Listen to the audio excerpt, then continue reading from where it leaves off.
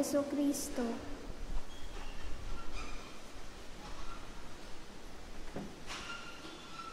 Magandang hapon po sa inyong lahat. Hello? Hi! Ito po ay nangyari kay John, isang ama at magsasaka sa probinsya. Siya ay may 2 anak na ang pangalan ay si Lily at si Noah, na sinisikap niyang pagtapusin sa kolehiyo. Kaya lang may pagdududa si John na magagawa niya ito dahil siya ay isang mahirap lamang na magsasaka na kinakapos ang kita. Gayunpaman, hindi siya nawala ng pag-asa, kaya kayod siya ng kayod sa pagtatrabaho. Maagang-maaga pa, nagigising si John kahit malamig pa ang umaga, at mamaya-maya ay tinitiis na niya ang matinding init ng araw habang siya ay nagtatrabaho sa bukid. At dahil sa kanyang pagtatrabaho sa bukid, napuno na ng kalyo ang kanyang mga kamay. Mga bata, alam niyo yung kalyo? Hindi nila alam. Ha? So, napuno na ng kalyo. Ibig sabihin yung matigas dito, no? Naging matigas dito sa kamay nyo. No? Okay? Mayroon ba kayo? Tapos, laging masakit ang likod dahil sa pagod, at laging masakit ang balikat dahil sa mabigat na pasanin sa buhay. At lalong bumigat ang kanyang pasanin sa buhay noong tumungtong na ang kanyang 2 anak sa kolehiyo. Di ba mahirap pag nasa kolehiyo na yung mga anak mo? Kailangan mo talaga ng maraming pera. Kaya si John ay nag-alala dahil hindi na niya matustusan ang pag-aaral ng kanyang mga anak. Kaya isang gabi, lungkot na lungkot siya habang napupuno ng luha ang kanyang mga mata, na ipinagtapat sa kanyang 2 anak na nasaid na ang kanyang naipon, kaya titigil muna sila sa pag-aaral. Siyempre wala ng pera. No? So, yung 2 niyang anak ay awang-awa sa kanya dahil sa alam naman nilang sobrang hirap at sobrang hirap at pagtiyataga ng kanilang magulang. Pero sabi ng 2 niyang anak, Itay, maghahanap kami ng paraan para hindi kami matigil sa pag-aaral. So, sa awa ng Diyos, nakahanap sila o nakakuha sila ng scholarship Kaya malaki palang natutulong ng scholarship, no? Mayroon tayo dito sa St. Andrew. So nakakuha sila kapwa kasi medyo matalino din yung dalawa. Nagkaroon sila ng part-time job at humingi ng pinansyal na tulong sa kanilang mga kamag-anak at kaibigan. So dahil sa mga tulong na ito, to make the long story short, nakagraduate yung dalawang anak ni John at nagkaroon na rin sila ng kanya-kanyang magandang trabaho. At ang dalawa na niyang anak ang nagsusuporta kay John. At si John naman ay tuwang-tuwa dahil mayroon ng magandang kinabukasan ang kanyang dalawang anak. So, masasabi ba natin na ang lahat ng mga ama ay may ganitong hangarin sa kanyang mga anak? Walang sumasagot parang hindi yata Opo ba? Parang hindi ako kumbinsido bakit parang hindi? Hindi ko ramdam.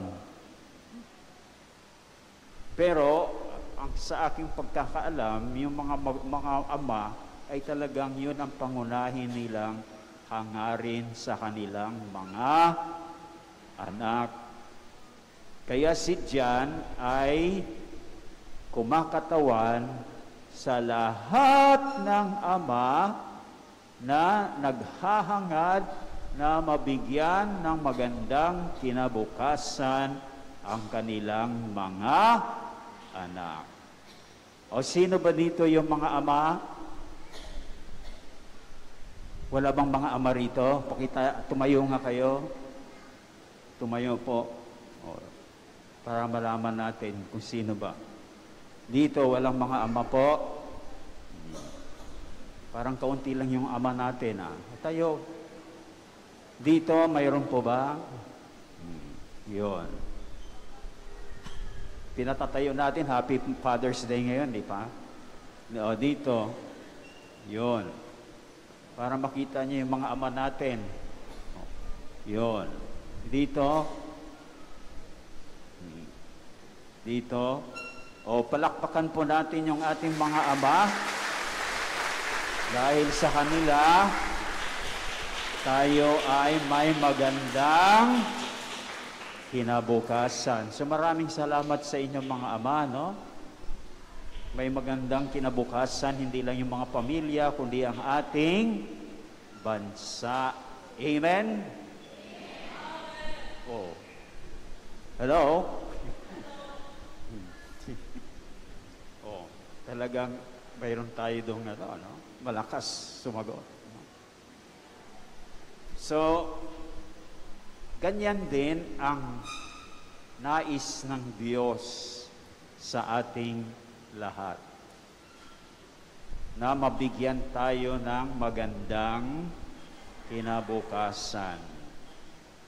At yan ang isa sa mga aral na nais iparating sa atin na mga pagbasa ngayong ika-11 linggo sa karaniwang panahon.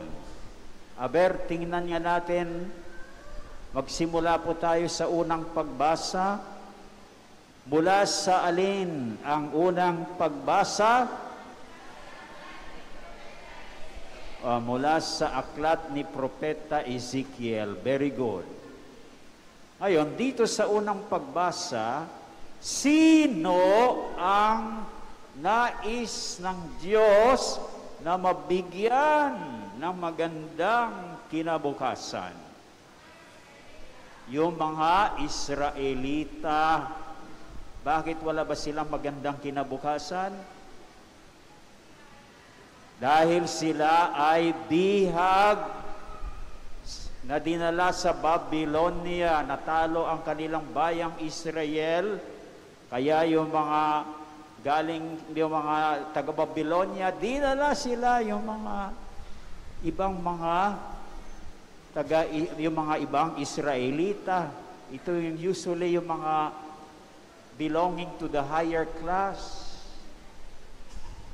Pero nung nandoon na sila sa Babylonia, napakataas nila, ay bumaba yung status nila dahil bihag sila eh.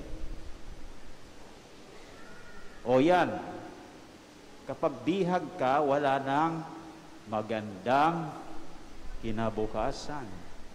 Pero sa kanilang kawalan ng magandang kinabukasan, naroon ang Diyos na nais silang bigyan ng magandang kinabukasan. At ito ang sinasabi sa atin sa unang pagbasa ni Propeta Ezekiel.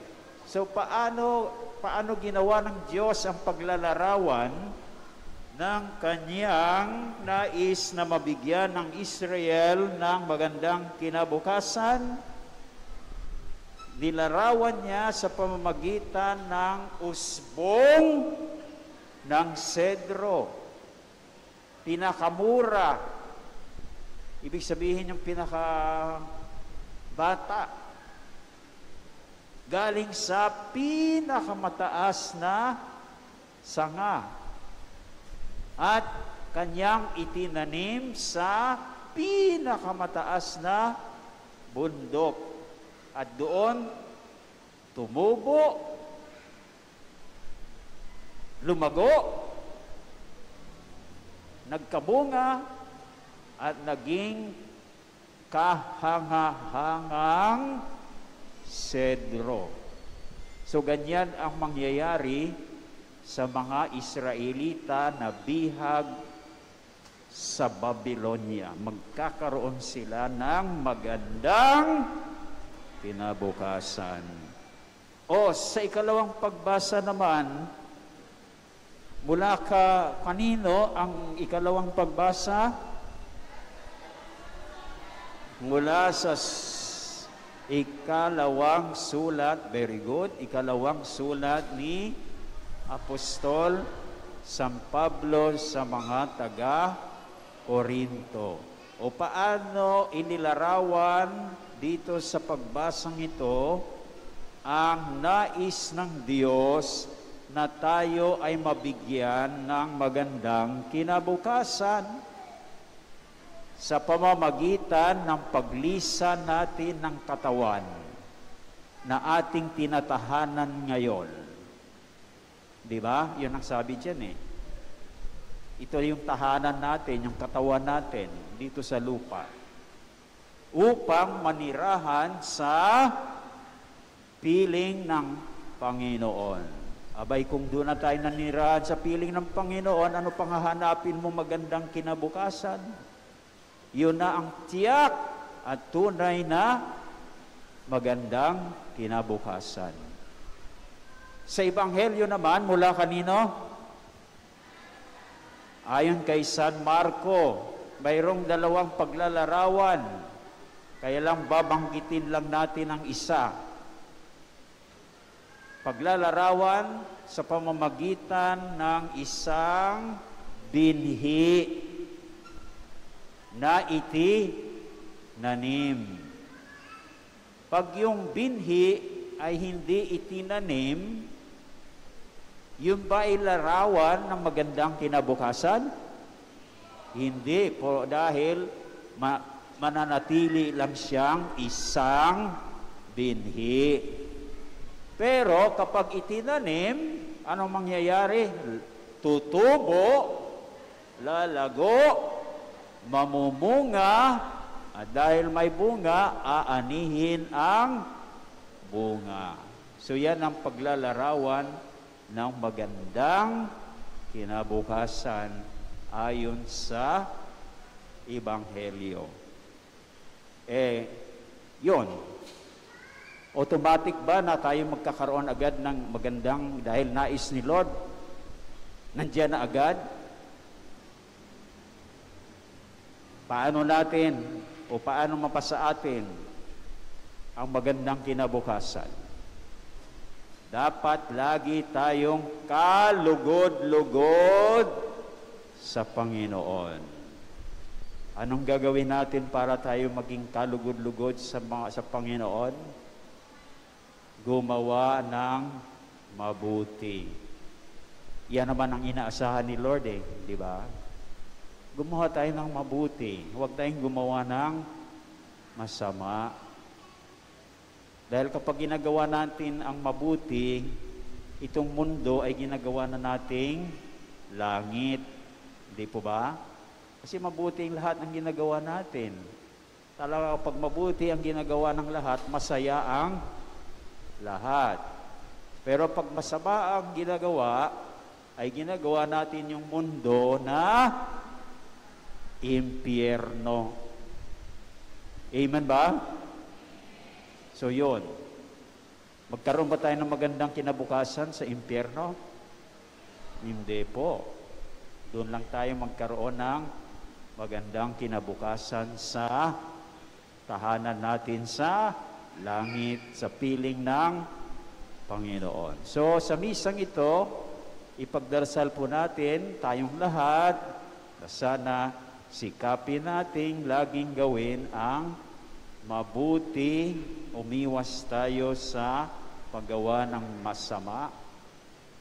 At yan ay ating ipanalangin higit sa lahat para sa ating mga ama, para patuloy silang magbibigay gaya ng Diyos na magbibigay ng magandang kinabukasan sa kanilang mga anak. Amen?